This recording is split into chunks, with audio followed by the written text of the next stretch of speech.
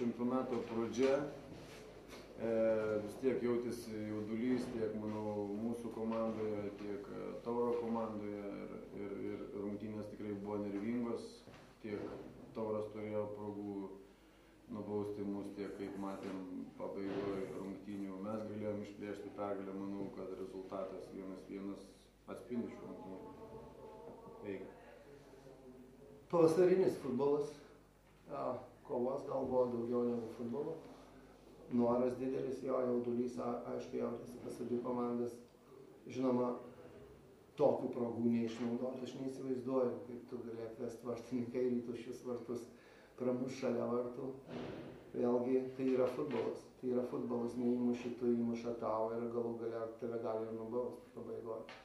Taigi, čia galim diskutuoti, galim šnekėti, galim rėkti, rezultatas yra 1-1, toks užrašytas, jis toks ir yra, toks ir pasiliks. Kaip varžovai, ar nustebinot vienas kitus? Aš vyresnis, tai aš kalbėsiu. Žaidėme su Mažeikiais paruošiamajam periode ir tiek pas juos pasikeitimų, tiek pas mus pasikeitimų. Futbolę nustebinti nelabai, čia galėsi nustebinti. Tu žaidi taip, kaip leidžia varžovas ir varžovas leidžia taip, kaip... Buvo įdomu, iš tiesų tai buvo įdomu susikauti su Mažeikiais, todėl kad komanda visiškai pasikeitus negu pernai metų. Nebloga komanda, aišku, jo, kaip ir treneris irgi sakė, dar pavasaris, tuo labiau mes nei Mažeikiai, nei mes neturim aikščių, neturim kur treniruotis, tai darėm, aišku, tiek mes, tiek jie daug klaidų, bet buvo entuziazmo, buvo noro. Taip, rungtynės Tauras padėjo aktyvių spaudimų, ko dėka jau 3 rungtynių minutę pelnėme įvartį. Ar toks spaudimas buvo planuotas, ar įvyko iš žaidimo? Planuotas nebuvo, sakykime, labai jau toks planuotas spaudimas. Buvo akcentuojama, esant progai, kada gynėjai ten turi kamuoliuką ir pasisukę nuo vartų ir panašiai. Esant situacijai, įvertint greitai situaciją, reikia spustelti. Tas ir gavosi, ten toks įvartis vėlgi, žinote, ten jisai dėka to spaudimo, ar sakau, ar dėka, kad darom klaidas. Darom tiek mes klaidas darėm, tiek varžovai darėm klaidas ir tiesiog vyko toks momentas. Ar lygiosios pakankamai geras rezultatas sezono pradžiai? Dabar treneris tegul atsakė.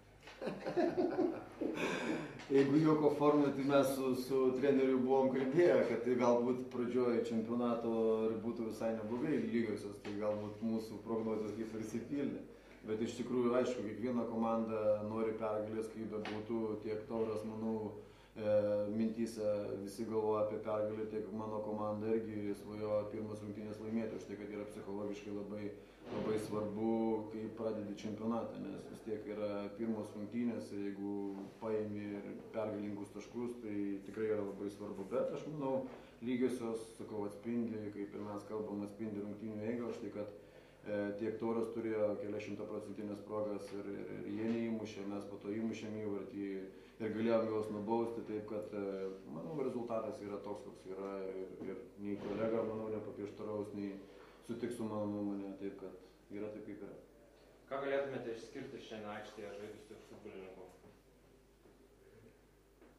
Aš manyčiau, kad mano komanda visa kovojo ir aišku, kaip ir sakau, nerviniai tampa padarė savo, žaidėjas vartininkas, kuris iš tikrųjų patyręs vartininkas šiandien tikrai nesijautė labai ramiai ir tos klaidos, tas įvartis į pradžioje rungtynių ypač išmušė iš vėžių.